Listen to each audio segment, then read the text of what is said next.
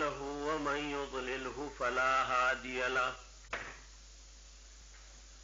ونشهد أن لا إله إلا الله وحده لا شريك له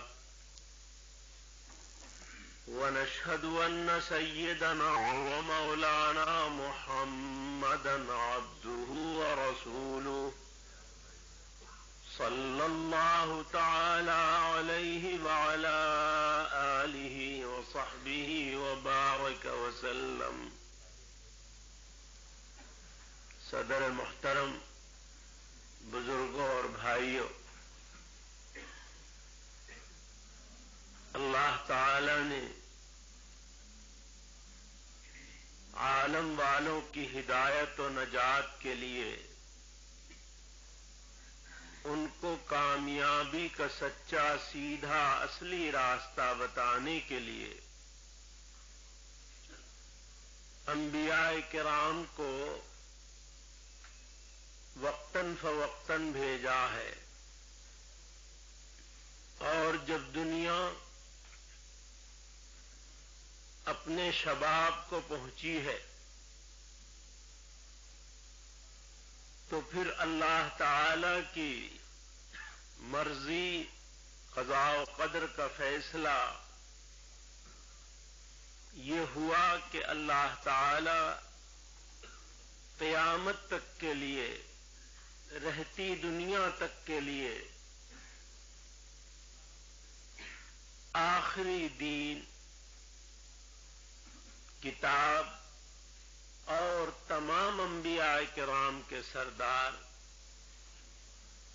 سید الاولین والآخرین، اللہ کے سب سے بڑے محبوب اور آخری نبی تشریف لائیں، بھیجے جائیں۔ اللہ تعالی نے نبی کریم صلی اللہ علیہ وسلم کو تمام انبیاء کرام کا سردار اور آخری نبی بنایا ہے، اور آپ کی نبوت قیامت تک کے لیے ہے۔ پہلے تمام راستے، شریعت، دین آپ کے تشریف لانے کے بعد ختم ہو گئے، اب ان پر چل کر اسلام کے خلاف کوئی نجات حاصل نہیں کر سکتا۔ اللہ تعالی نے صاف کہہ دیا، ان الدین عند اللہ الاسلام، نجات اور کامیابی کا راستہ اللہ کے نزدیک صرف اسلام ہے۔ ومن یبتغ غیر الاسلام دینا فلن يقبل منه وهو فی الآخرۃ من الخاسرین۔ اگر کوئی شخص اسلام کے علاوہ کسی اور دین کو، راستے کو اختیار کرتا ہے تو ہرگز وہ قبول نہیں کیا جائے گا، اور وہ آخر کار گھاٹے ٹوٹے نقصان میں آ جائے گا۔ تو ہدایت کا راستہ قیامت تک کے لیے اللہ تعالی نے صرف اسلام کو قرار دیا ہے۔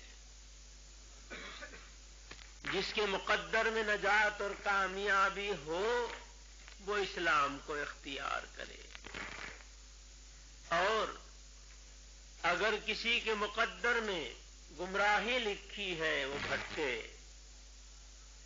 اللہ تعالی سارے عالموں سے بے نیاز ہے،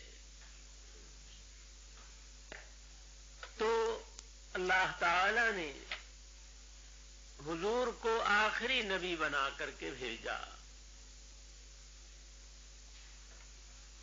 اس لیے اللہ نے آپ کو بے مثال اولین اور آخرین میں سب سے ممتاز، کمالات سے بھرپور،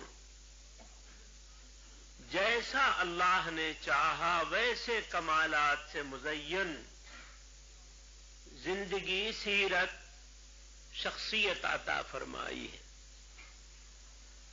آپ دنیا میں یتیم تشریف لائے، ولادت باسعادت سے پہلے ہی والد کا انتقال ہو گیا۔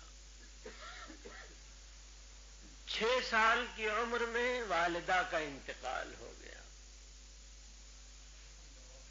والدین بچوں کے سب سے زیادہ شفیق اور مربی ہوتے ہیں۔ یہی گھر میں کمالات سکھاتے، سمجھاتے، ترغیب دیتے اور بچوں کو معائب سے، برائیوں سے بچانے کی کوشش کرتے ہیں، نظر رکھتے ہیں۔ اللہ تعالی نے حضور کے والد اور والدہ دونوں کو ایسی عمر میں اٹھا لیا جو تربیت سے پہلے کی عمر ہوتی ہے۔ والد تو ولادت باسعادت سے پہلے ہی چلے گئے، والدہ کو بھی اللہ نے 6 سال کی عمر میں اٹھا۔ حضور اس سے پہلے عرب کے اصول کے مطابق دیہات کی عورتیں آتی تھیں اور بچوں کو دودھ پلانے کے لیے لے جاتی تھیں۔ چنانچہ حضرت حلیمہ سعدیہ رضی اللہ تعالی عنہ حضور کو لے گئی، لیکن ان کی زندگی میں حضور کے جانے کے بعد نمایاں تبدیلی اور خیر، برکت، انس، آبادی انہوں نے ہر چیز میں محسوس کی۔ کھانے کی چیزوں میں، سامان میں، دودھ میں، ہر چیز میں خیر و برکت۔ پھر حضور کے کمالات بچپن سے انہوں نے محسوس کیے۔ مثلا ضرورتوں کے لیے اشارے شروع سے حضور فرماتے، اور عام طور پر بچوں کی وجہ سے جو کپڑے وغیرہ خراب ہوتے ہیں اس کی نوبت نہ آتی۔ قضائے حاجت کے لیے، پیشاب پاخانے وغیرہ کے لیے کبھی حضور کو بٹھایا جاتا تو زمین اس نگل لیتی اور صفائی کی ضرورت نہ پڑتی۔ اسی طرح حضور ابتدائے عمر سے ایک ایک دن میں اتنا بڑھتے تھے جتنا بچے ایک ایک مہینے میں بڑھتے ہیں۔ دودھ پینے کے زمانے ہی میں حضور اپنے رضاعی دودھ شریک بھائیوں کے ساتھ کام میں لگے رہتے، جنگل چلے جاتے، بکریوں کو دیکھتے وغیرہ وغیرہ۔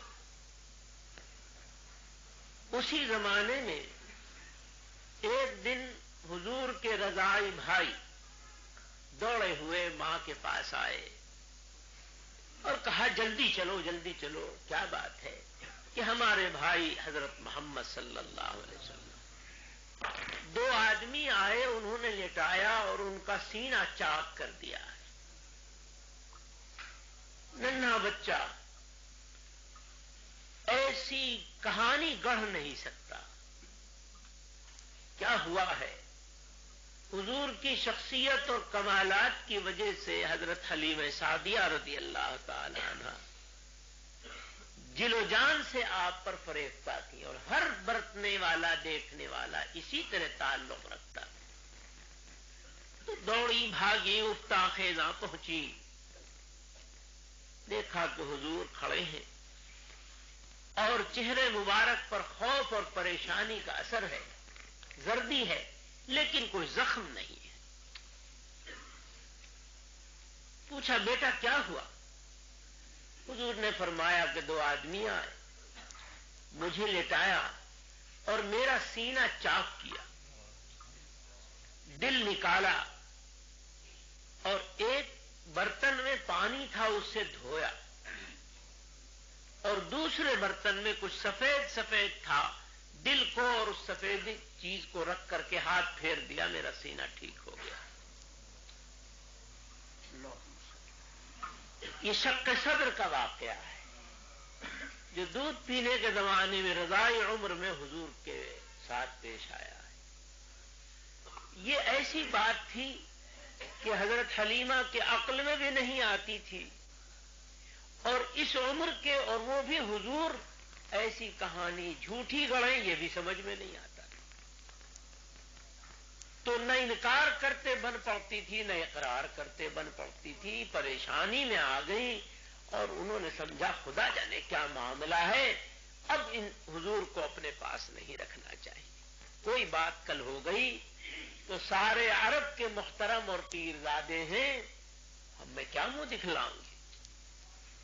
تو حضور کو لے کر وہ مکے آئیں اور والدہ محترمہ کو، حضرت آمنہ کو لا کر سپرد کر دیا۔ کہا میں نے اب تک پالا، دودھ پلایا، اب یہ آپ کی امانت آپ کے سپرد ہے، میں اب نہیں رکھتی۔ تو اس طرح بچپن آپ کا گزرنے لگا۔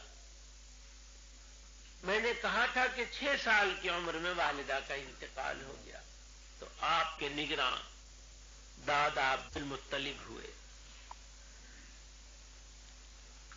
عبد المطلب مکے کے سب سے بڑے سردار ہیں، سب سے زیادہ بااثر ہیں، سب ان کو مانتے ہیں۔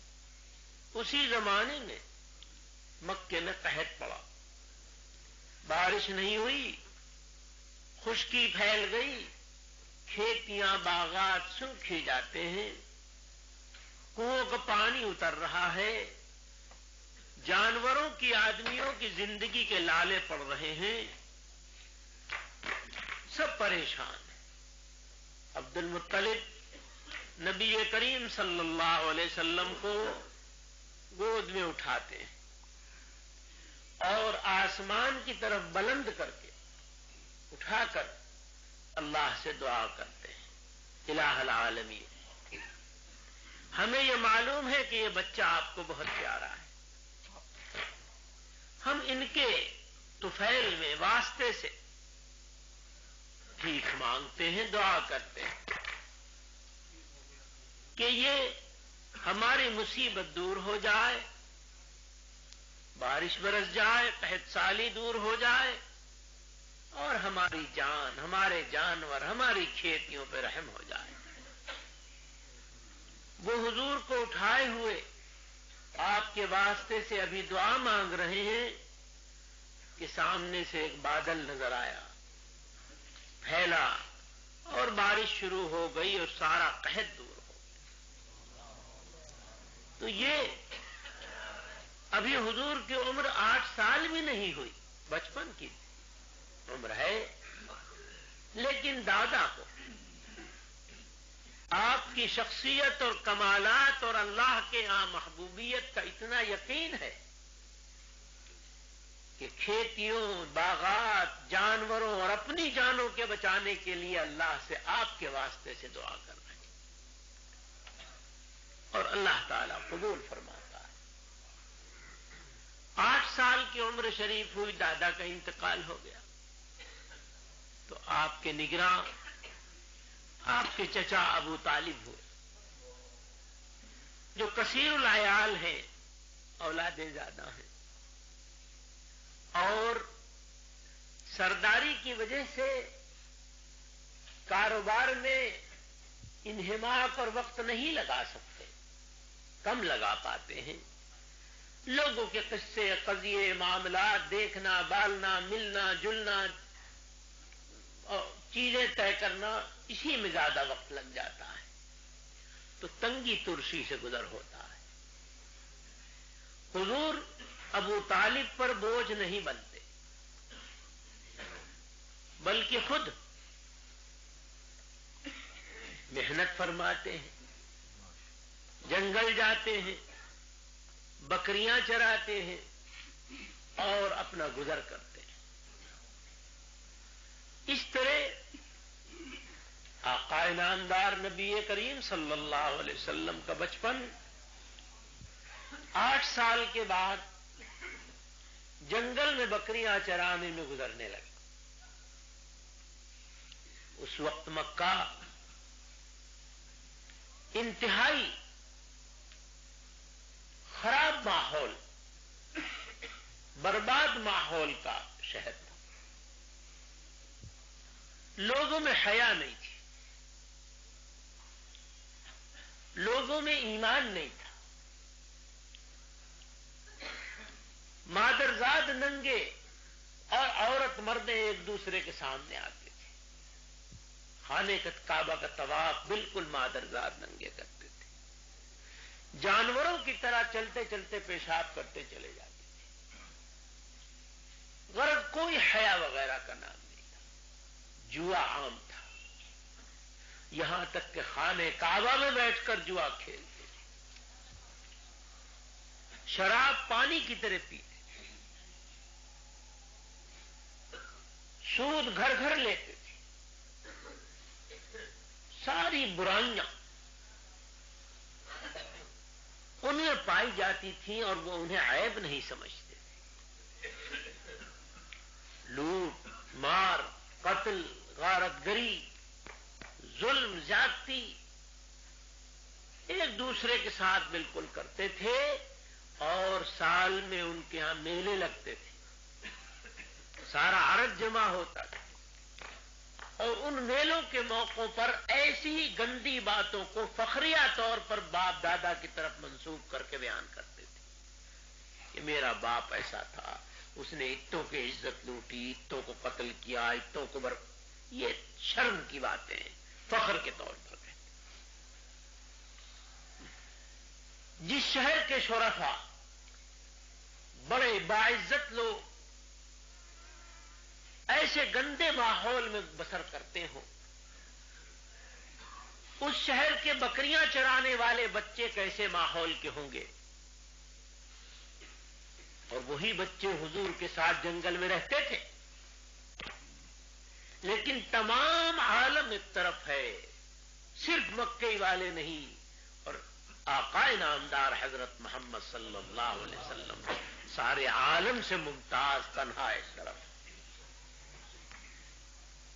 اسی زمانے کا قصہ ہے، ان بچوں نے ایک دفعہ یہ کہا کہ شادی بیاہ ہوتے ہیں اور لوگ جمع ہوتے ہیں، ناچ گانا تماشا تفریح کرتے ہیں، ہوتا ہے، مگر آپ کبھی شریک نہیں ہوتے۔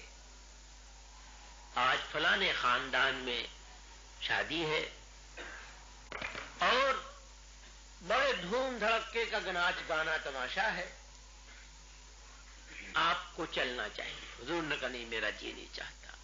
غرض حضور کا انکار اور ان کا اصرار بڑھتا رہا، سارے لڑکے جمع ہو گئے کہ نہیں لے چلیں گے، حضور نہیں مانتے تھے۔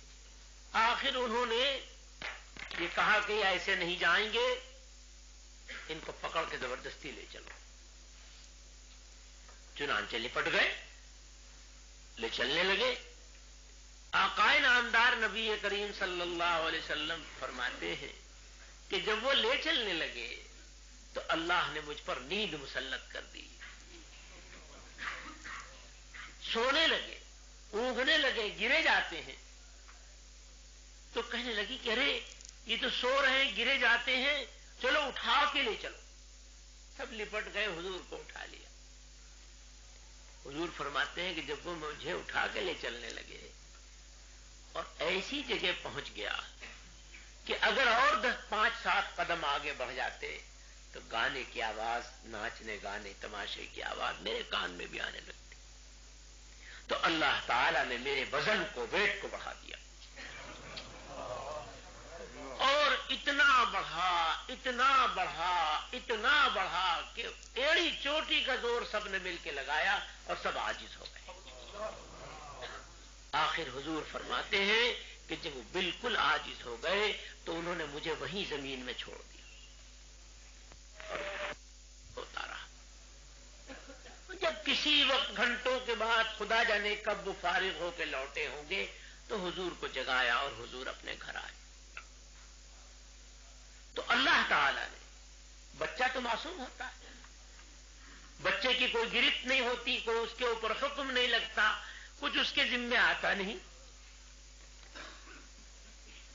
لیکن اس کے باوجود اللہ تعالیٰ نے بچپن کی اس عمر میں بھی، جب ساری دنیا کے بچے معصوم ہوتے ہیں، اور حضور تو ساری عمر شریف میں معصوم تھے، اللہ کے انبیاء جو ہیں وہ معصوم ہوتے ہیں، اس کے باوجود اللہ کی غیرت نے اس بات کا تقاضا نہیں کیا، برداشت نہیں کیا کہ بچپن میں بھی کوئی ایسی چیز ہو جائے کہ کل کوئی یوں کہے کہ جناب کل کیا ہوا تھا۔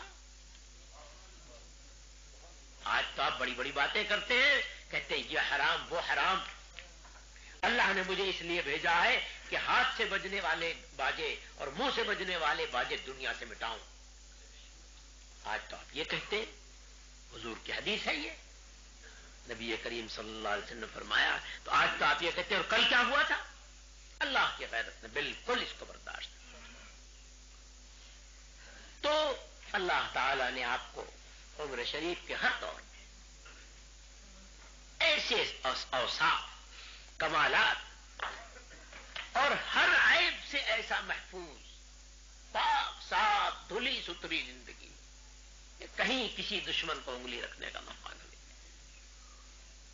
ایسی عطا فرمائے۔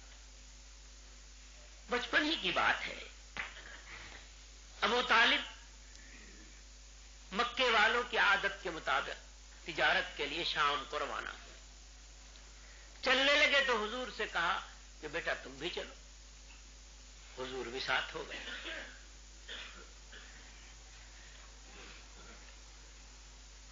چلتے چلتے شام کے بارڈر پر پہنچے۔ جب بارڈر پہ شام کے پہنچے تو ان کو ایک راہب ملا، مستورہ اس کا نام، بحیرہ اس کا نام ہے، میں نے غلط کہا۔ اس بحیرہ نے ابو طالب کی دعوت کی اور یہ کہا کہ دیکھو یہ جو تمہارے ساتھ صاحبزادے ہیں، ان کے اندر وہ ساری علامتیں پائی جاتی ہیں جو ہمارے نبی حضرت عیسیٰ علیہ السلام نے علی نبینا علیہ الصلوۃ والسلام نے آخری نبی کی بتائی ہیں۔ یہ اللہ کے آخری نبی ہوں گے۔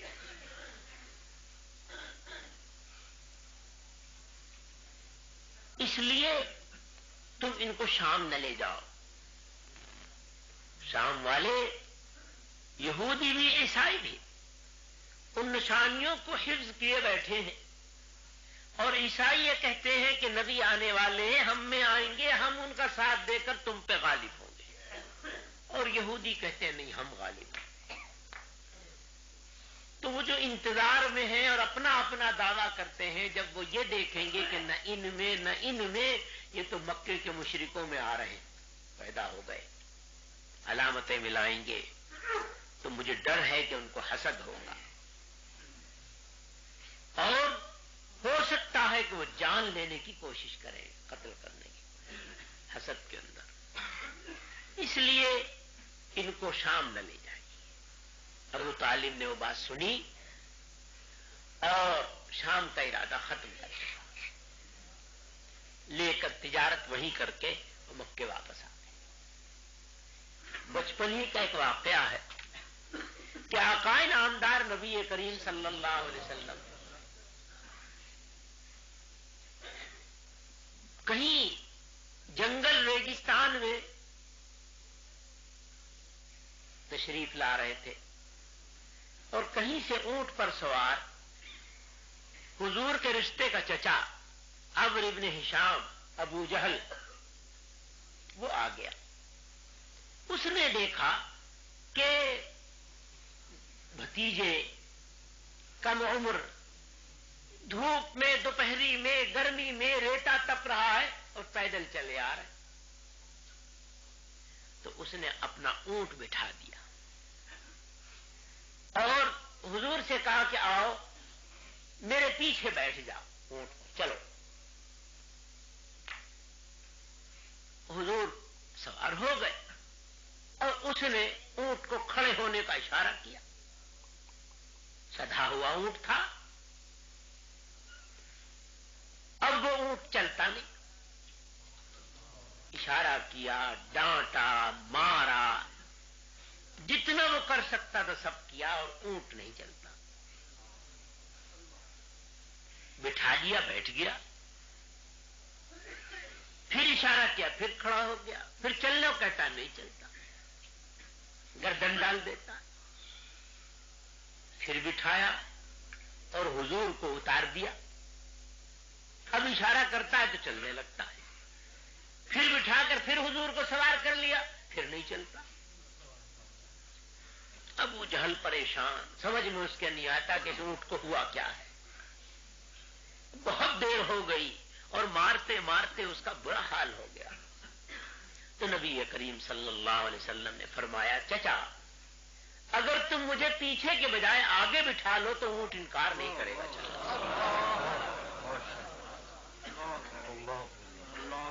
اب تک اس بدھو کی سمجھ میں نہیں آیا تھا. جس بات اونٹ سمجھ رہا تھا وہ یہ گدھا نہیں سمجھ رہا تھا. ابو جہل جب حضور نے فرمایا تو اس نے حضور کو آگے بٹھا لیا. اب جو اشارہ کیا تو ڈانٹنے کی بھی ضرورت نہیں پڑی اور اونٹ خوشی خوشی گھر کی طرف چلا ہے.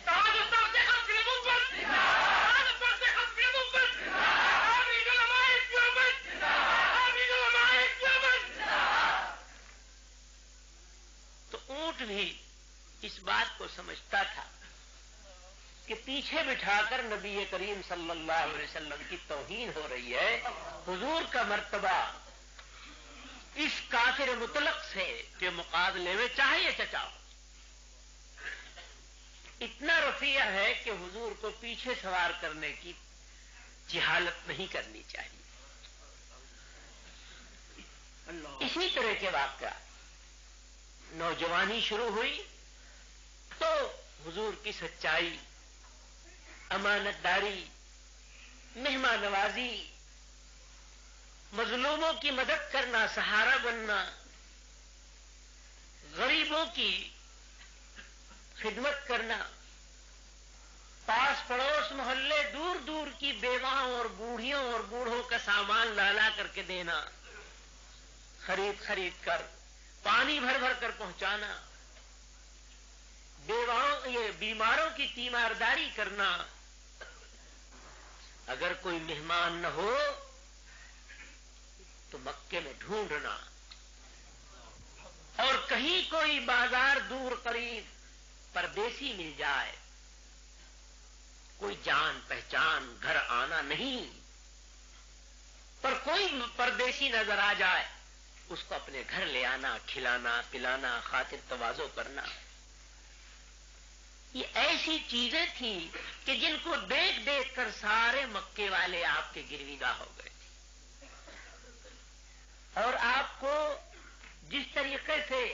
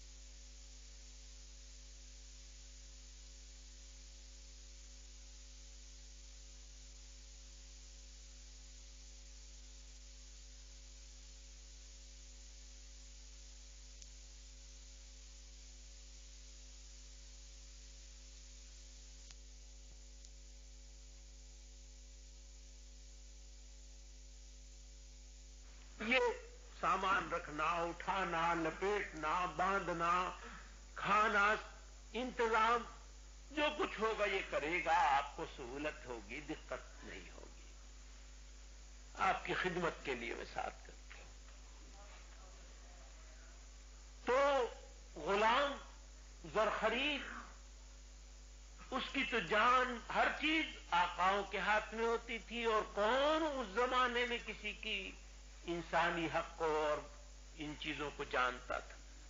غلام تو بہت بہت ہی بے حیثیت رہتے تھے.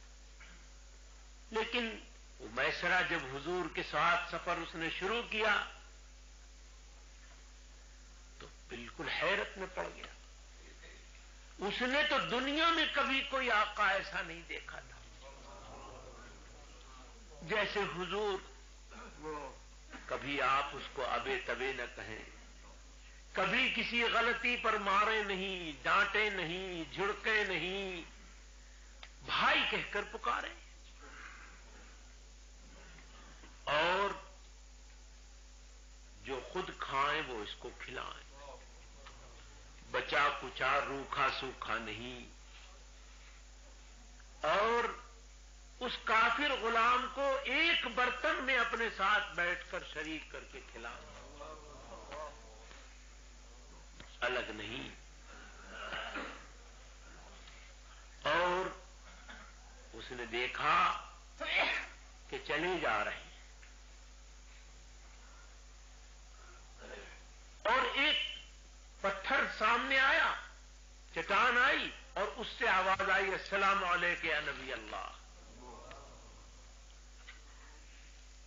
اس نے دیکھا کہ دوپہر کا وقت ہے، دھوپ ہے، لو ہے، گرمی ہے، کہیں بادل کا نام نشان نہیں، پر چھوٹا سا بادل آپ کے اوپر سایہ کیے چلا جا رہا ہے، دھوپ نہیں آنے دیتا، ساتھ ہی ساتھ چل رہا. اس نے دیکھا کہ حضور دوپہر میں کھانے وغیرہ سے فراغت کے بعد عادت جیسے حضور کی تھی تھوڑی دیر کے لیے لیٹ گئے، آرام فرما رہے. دھوپ، سورج ڈھلا، سایہ ہٹ کر دھوپ آ جانی چاہیے تھی، درخت کے نیچے لیٹے تھے. لیکن جب سورج ڈھلا تو دھوپ نہیں آنے دی درخت نے، اپنا رخ پلٹ دیا. اس نے دیکھا شام کے بارڈر پر پہنچے تو ایک راہب نے، نستورا نے اس کو بلایا، میسرہ، اور یہ کہا کہ یہ جو تمہارے آقا اور مولا ہیں جن کے ساتھ تم ہو، یہ اللہ کے آخری نبی ہوں گے. ہمارے انبیاء کرام نے جو آخری نبی کی علامتیں بتائی ہیں وہ ان میں سب پائی جاتی ہیں. دیکھو، جب یہ اعلان کریں نبوت کا تو خبردار چوکنا مت، فوراً ایمان لانا، اور انہیں ستایا جائے گا. لوگ اتنا ستائیں گے، اتنا ستائیں گے، اتنا ستائیں گے کہ وطن میں نہیں رہنے دیں گے، نکال دیں گے. تو جب لوگ ستائیں اور نکالیں تو خبردار ساتھ نہ چھوڑنا، مدد کرنا. یہ اس راہب نے میسرہ سے کہا. اب وہ دیکھتا ہے کہ حضور تجارت کرتے ہیں، لوگ پیسے کے لالچ میں تجارت کرنے میں جھوٹ بولتے ہیں، دھوکے دیتے ہیں، عیب کو ہنر بتاتے ہیں، کسی طرح چمنی ٹھنڈی زیادہ مل جائے. لیکن حضور صاف صاف، سیدھا سیدھا، کھرا کھرا معاملہ، بھئی یہ ہے، یہ ریٹ ہے، یہ چیز ہے، دیکھ لو، لے لو، نہ لو. اور کبھی ایسا بھی ہوتا ہے کہ کسی چیز میں عیب ہے اور اس خریدنے والے کو پتہ نہیں چلتا، وہ چیز کو پسند کر کے پیسے دے کر لینے لگتا ہے، اور حضور اس کا ہاتھ پکڑ لیتے ہیں. ذرا ٹھہرو بھائی، ذرا ٹھہرو، تم نے اس چیز کو اچھی طرح نہیں دیکھا، اس میں یہ عیب ہے، دیکھ سمجھ کر لے جاؤ، تمہیں پسند ہو لو، نہ پسند ہو نہ لو. وہ سر پیٹ لیتا ہے کہ ایسے ہی موقعوں پہ تو جھوٹی قسمیں کھائی جاتی ہیں، دھوکے دیے جاتے ہیں، اور اگر کوئی اس عیب کو پہچان لے تو اس کو ہنر بتایا جاتا ہے، تعریف کی جاتی ہے. اور آپ نہ پتا چلا، نہ دیکھا، چیز دیکھ کر پسند کر لی اور پیسے دے کر لے جا رہا ہے، زبردستی روک کر اس کو عیب بتا رہے. کہاں ایسی تجارت؟ لیکن حضور اپنے حال پر بالکل صاف صاف معاملہ، اور وارے نیارے، نفع ہی نفع، خیر برکت، جو چیز آئے ختم ہونے کا نام نہیں. اس کی سمجھ میں نہ آئے معاملہ کیا ہے. گھر پہنچے سفر سے واپس تو اس نے منہ بھر بھر کے تعریفیں شروع. ایسے آقا، ایسے مولا، ایسے اخلاق، ایسے معاملات، ایسی صفائی، ایسی سچائی، میں یوں دیکھا، یوں کیا، ایسا درختوں کو، چٹانوں کو، بادل کو، فلاں فلاں تعریفیں شروع. تو جب وہ تعریفیں کر رہا تھا تو خدیجہ بولی رضی اللہ تعالی عنہا کہ سچ کہتا ہے تو وہ ایسے ہی باکمال ہے. میں بالا خانے میں تھی، جب آپ لوگ آ رہے تھے تو میں نے دیکھا حضور کے اوپر 2 فرشتے سایہ کیے.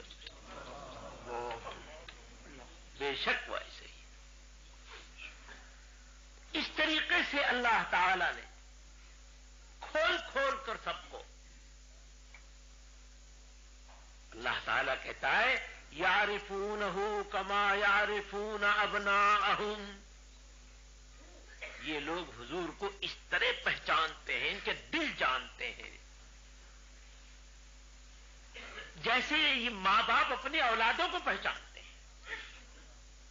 جس طرح ماں باپ پیدا کرنے والے، گود میں پالنے والے، دودھ پلانے والے جوان دیکھ تو ساری مزاج اور خصلت اور اچھائی برائی سب کو خوب جانتے ہیں، انہی کے ہاتھ کے پلے پوسے ہیں. تو جس طرح ماں باپ پر اللہ کہتا ہے جس طرح یہ اپنی اولادوں کو پہچانتے ہیں، اسی طرح حضور کو خوب پہچانتے ہیں. ایک صحابی ایمان لائے تو ایمان لانے سے پہلے کا ایک واقعہ خود بیان کرتے ہیں.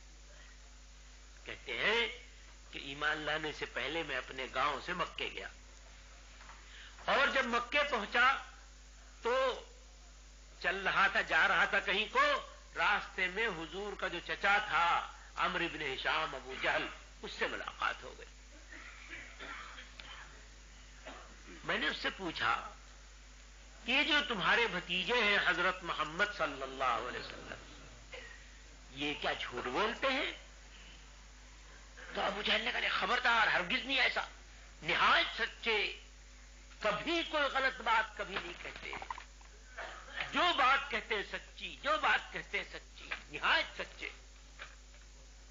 تو جب اتنی سچائی کہی اس نے، ابو جہل نے، تو میں نے پلٹ کے پوچھا کہ جب وہ ایسے ہیں تو کیوں جھگڑا کر رکھا ہے؟ ان کی بات مان لو، جھگڑا کیوں کر رکھا ہے؟ ابو جہل نے کہا بے شک تم سچ کہتے ہو، واقعتاً وہ ایسے سچے ہیں اور ان کی بات ماننی ہی چاہیے، اسی قابل ہے. لیکن مصیبت یہ ہے کہ اگر ہم ان کی بات سچی جو ہے مان لیں تو ہماری چودھراہٹ ختم ہو جائے گی، ناک کٹ جائے گی، بڑائی جاتی رہے گی.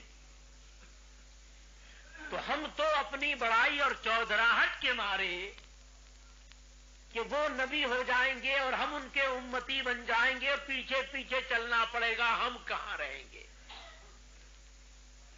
اس مارے جہنم میں جا رہے ہیں. ورنہ ہیں وہ سچے، ایسے ہی سچے. تو تنہائی میں دشمنوں کا سب سے بڑا فرد اور شخص و سردار آقا انعامدار نبی کریم صلی اللہ علیہ وسلم کی سچائی کا اس طریقے سے دعویٰ کر کے اقرار کرتا ہے. تو اللہ تعالی نے آپ کو ایسے کمالا. والفضل ما شہدت به الاعداء، کمال تو وہ ہوتا ہے کہ جس کو دشمن بھی اقرار کریں.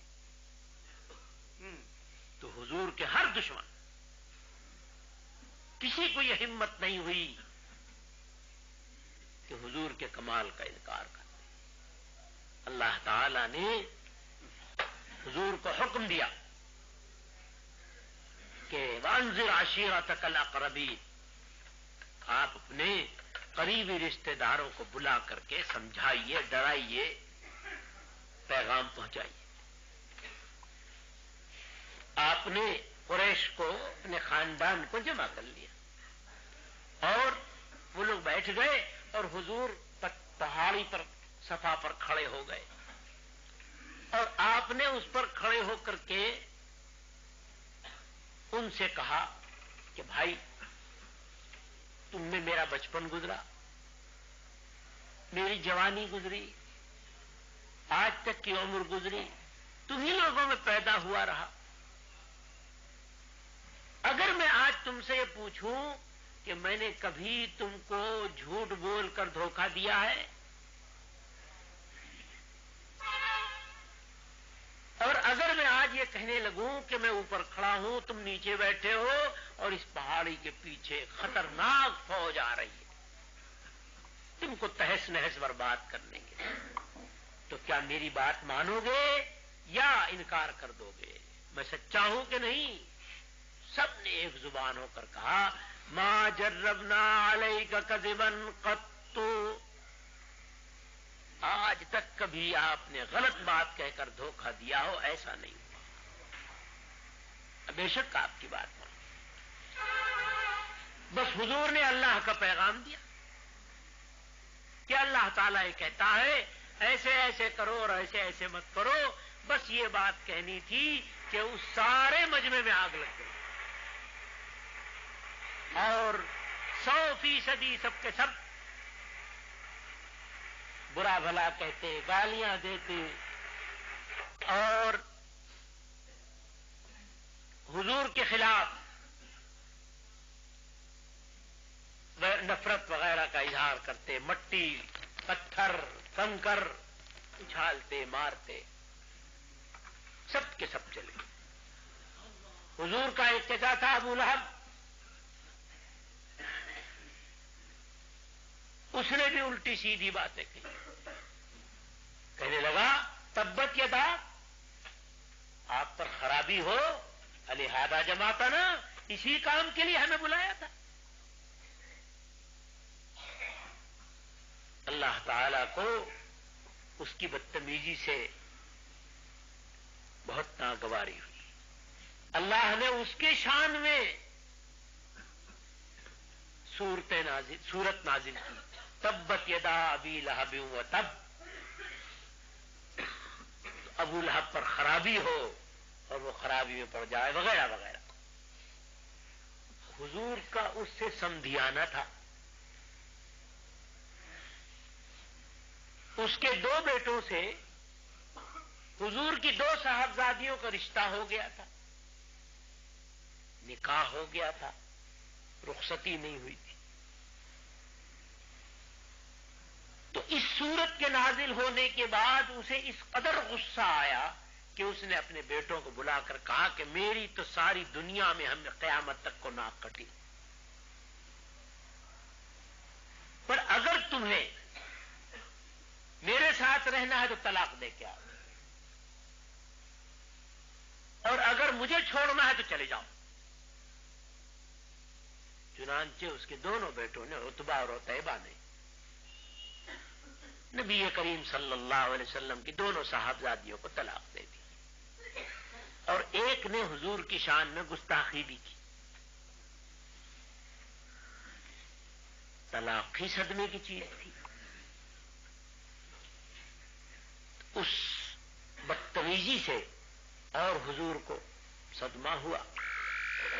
حضور کے چھوٹے تھے، چچا کے بیٹے تھے، رشتہ تھا، تعلق تھا، تو بدتمیزی نہیں کرنی چاہیے تھی، طلاق بھی نہیں دینی چاہیے تھی، لیکن کم سے کم بدتمیزی تو نہ کرتے۔ تو حضور نے اس بدتمیز کو یہ کہا اللہم سلط علیہ کلبا من کلابک، اے اللہ تو اپنے کسی کتے کو اس پر مسلط کر دے۔ یہ بات ابو لہب کو پتا چلا کہ حضور نے میرے ایک بیٹے کے بارے میں یہ کہہ دیا ہے، بد دعا دے دی۔ اب دیکھیے، دشمن ہے، دشمنی کی ہے، بدتمیزی کرائی ہے، زبردستی طلاقیں دلوائی ہیں، لیکن نہ ماننے، مخالفت، دشمنی، سب کے باوجود حضور نے ایک لفظ کہہ دیا ہے اور وہ اس کے دل میں لکیر بن گیا۔ شام کے لیے تجارت میں گیا اور سفر کرتے کرتے رات ایسے جنگل میں آئی، جاگ کر اس سے لڑنا شروع کریں گے اور تیرے بیٹے کو نہیں مرنے دیں گے۔ یہ سب نے مل کر پلان بنایا اس کے بیٹے کو بچانے کے لیے، جس کو حضور بددعا دے چکے تھے۔ یہ سوئے، رات میں شیر آیا اور کسی کو نہیں سونگا، دور سے اس نے جست لگائی اور اسی اوپر سونے والے بیٹے پہ آ کے پڑا اور اس کا خاتمہ کر دیا۔ اب جو یہ جاگے تو ختم ہو چکا تھا معاملہ، جو ہونا تھا وہ پورا ہو گیا۔ تو ان کافروں کو، دشمنوں کو جو حضور پر ایمان نہیں لاتے تھے، بھئی یہ ختم ہو گیا، اس میں کوئی آواز نہیں جا رہی لاؤڈ اسپیکر میں، تو ان کافروں کو بھی حضور کی سچائی کا ایسا یقین تھا کہ کسی کے بارے میں اگر کبھی حضور نے ایک لفظ کہہ دیا تو سمجھتے تھے کہ دنیا ٹل جائے، حضور کی بات غلط نہیں ہو سکتی۔ ایک یہ قادیان کا جھوٹا تھا،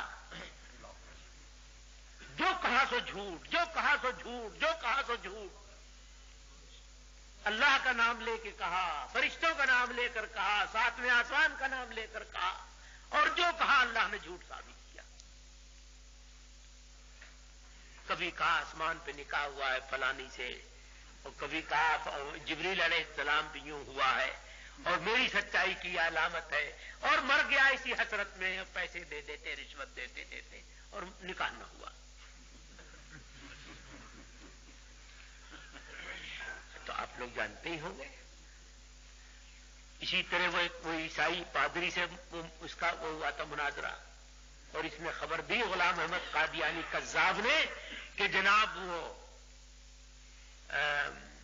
سال بھر کے اندر مر جائے گا، اتہم، اور چنے پڑھوائے اور کنویں میں لٹکا اور بھاگا پھرا اور سب کچھ جادو کیے کہ کسی طرح اتہم مر جائے، اور یہ جھوٹے کی شیطانی وہی پوری ہو جائے۔ اور خدا کی قدرت ہے کہ سال بھر گزرا اور اتھم نہ مرا۔ سارے قادیانی مل کے دہاڑے مار کے روتے رہے کہ ہمارا نبی کسی طرح جھوٹا سچا ہو جا رہا ہے۔ وہ جھوٹے کو سچا کہاں ہونا تھا۔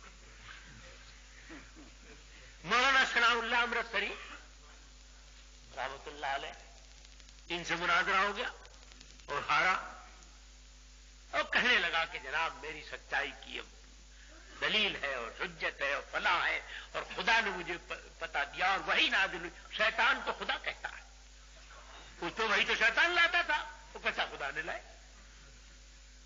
اور یہ کہ اگر میں سچا ہوں تو مولانا ثناء اللہ امرتسری پہلے مر جائیں گے، اور اگر وہ سچے ہیں تو میں پہلے مروں گا۔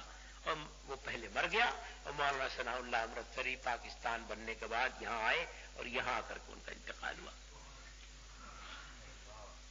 تو اللہ تعالی ایسے جھوٹے کو، اور دیکھو بدقسمتی کی بات ہے،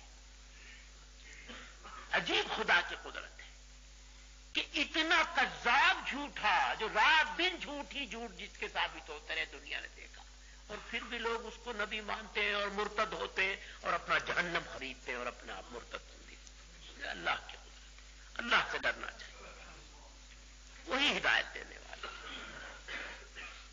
بابا ایسا جھوٹا تو معمولی مسلمان بھی نہیں ہوتا، نبی تو بڑی چیز ہے۔ تو ایک طرف آقا نامدار نبی کریم صلی اللہ علیہ وسلم کی شان ہے کہ جو لفظ کبھی کہہ دیا، زمین ٹل جائے، آسمان ٹل جائے۔ جو حضور کو معراج ہوا اور حضور نے صبح کو اطلاع دی کہ رات ایسا ایسا ہوا، ابو جہل کو حضرت ابوبکر صدیق رضی اللہ تعالی عنہ کے ایمان کی بہت تکلیف، تشویش رہتی تھی۔ اتنا بڑا با اثر، سمجھدار، دولت مند، تاجر، اور وہی پہلیوں میں مسلمان ہو گیا، سب سے پہلا مرد وہ، کیا ہوگا؟ تو پریشان رہتا ہے. بس جب سنا اس نے کہ رات حضور نے معراج ہوا اور ایسی ایسی بات کہی ہے صبح کو، وہ بھاگا دوڑا چلا گیا اور جا کر حضرت ابوبکر صدیق رضی اللہ تعالیٰ عنہ کے دروازے کی کنڈی جا پیٹی.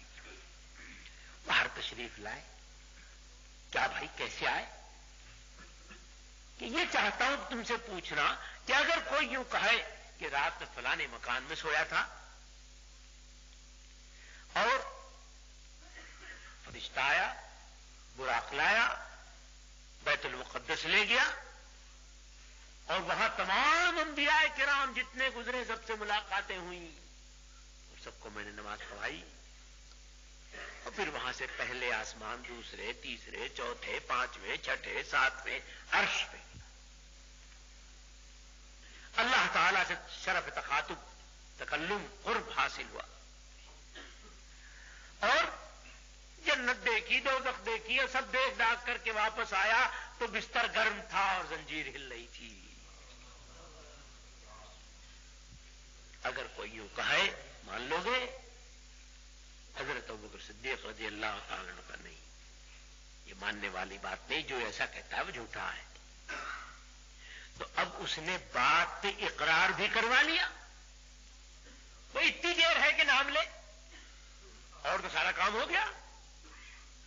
اس کے بعد اس نے کہا کہ ارے بھائی ٹھیک ہے، جن کو تم اللہ کا نبی کہتے ہو وہ آج یہی کہہ رہے ہیں حضرت محمد صلی اللہ علیہ وسلم.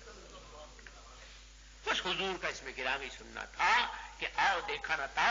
حضرت ابوبکر صدیق رضی اللہ تعالیٰ عنہ بولے اگر وہ کہتے ہیں تو یقیناً سچ ہے.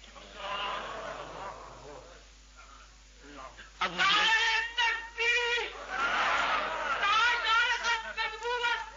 ہلکی آنکھیں پھٹی رہی. فبہت الذی کفر، تو بالکل کیا عجیب، یہ کیا ہوا؟ انہوں نے تو یہ بھی نہ کہا کہ جا کے پوچھتا ہوں. جیسے ہی نام لیا ویسے ہی کہہ دیا بالکل سچ ہے، غلط ہو ہی نہیں سکتا. زمین ہٹ جائے، آسمان ہٹ جائے، کوئی چیز ہو جائے، پر حضور غلط کہیں یا نہیں ہو سکتا. ایسا ایمان، ایسا یقین، یہ تو حضور کے سب سے بڑے ماننے والے ہیں. لیکن میں تو کہہ رہا ہوں دشمنوں کے سرداروں کو جب حضور ہجرت کر کے آ گئے تو مکے والوں کو بڑی سبکی، بڑی بے عزتی محسوس ہوئی. ارے مدینے والوں کی اتنی ہمت کہ ہمارے مقابلے میں حضور کو پناہ دے دیں. یہ کسان، یہ کمزور لوگ، ان کی اتنی ہمت. ہم شیروں کی اولاد، جدھر کو ہم نگاہ اٹھا دیں تو سارا عرب بچتا چلا جائے. ایسا ہو گیا. اور یہ خطرہ کہ ہمارے بیچ میں تھے، شکنجے میں تھے، 32 دانتوں میں زبان کی طرح تھے، اور ہم نے ایڑی چوٹی کا زور لگایا اور بڑھتے ہی چلے گئے، بڑھتے ہی چلے گئے، بڑھتے ہی چلے گئے. ایک بھی ٹکڑے ٹکڑے کر دیا اور ایک بھی ان میں سے واپس نہ لا سکے. اب جو مدینے کی فضا میں گئے ہیں کھلی ہوئی میں، تو خدا جانے کیا ہو جائے گا. تشویش بھی اور بے عزتی اور سبکی بھی، دونوں کو سوال. تو انہوں نے دھمکیاں دینی شروع کی اور بہت جلن. اسی زمانے میں مدینے کے ایک سردار ہیں حضرت سعد رضی اللہ تعالی، ایمان لا چکے تھے. عمرے کے لیے مکے گئے اور اپنے دوست مکے کے نمبر 2 سردار امیہ کیا ٹھہرے. امیہ نے جو دیکھا حضرت سعد کو تو پریشان. ارے کہاں آ گئے؟ تمہیں پتہ نہیں یہاں تو مدینے والوں کے خلاف آگ لگی ہوئی ہے. کیسے تمہیں لے کے جاؤں گا، کیسے طواف صحیح کرو گے، مصیبت آ جائے گی. پھر مشورہ کر کے سوچ ساچ کے اس نے کہا کہ اچھا آج کل بہت سخت گرمی ہے اور دوپہر میں بڑی زبردست لو چلتی ہے اور سب لوگ دروازے بند کر کر کے سو جاتے ہیں، تو دوپہر میں چلیں گے، کوئی نہیں ملے گا، جلدی جلدی تو آپ صحیح کر لینا، اگر کوئی نکل آئے تو مصیبت ہی آ جائے گی۔ یہ اپنے مہمان کو اسی قرارداد کے مطابق لے کے چلا۔ خدا کا کرنا دیکھیے، یہ چلا اور سامنے سے ابو جہل، سب سے بڑا دشمن۔ اس نے جو دیکھا کہ امیہ جیسا سردار نمبر 2 اور حضرت سعد کو مدینے کے سردار کو لیے جا رہا ہے، کہنے لگا کہ باغیوں کے پناہ دینے والے کیسے کھلے کر رہے ہیں، دیکھو تو صحیح کیا غضب ہے، للکارا اسے۔ حضرت صاحب کو آ گیا غصہ، پہلے کیا بکواس کرتا، ہوش کی دعا کرو۔